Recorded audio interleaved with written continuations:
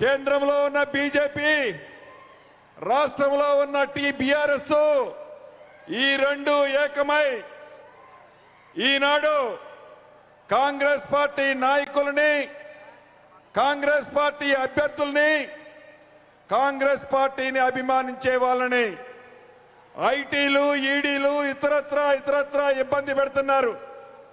దానికి కారణం ఒక్కటే, వాళ్ళిద్దరి బంధం. అనేక వేదికల మీద మన నాయకులు నేను చెప్పాను, వాళ్ళిద్దరి బంధం ఫెవికాల్ బంధం. ఎట్టి పరిస్థితిలో తెలంగాణ రాష్ట్రంలో కాంగ్రెస్ రావద్దు అని, రాకుండా ఉండే దాంట్లో భాగంగా కేంద్ర రాష్ట్ర ప్రభుత్వాలిద్దరూ ఏకమై ఈనాడు కాంగ్రెస్ పార్టీ మీద ఫోకస్ పెట్టారు. అదే మనకి నిదర్శనం. 30వ తారీఖు నాడు తెలంగాణ ప్రజలు కాంగ్రెస్ పార్టీకి పట్టం కట్టబోతున్నారు అనటానికి.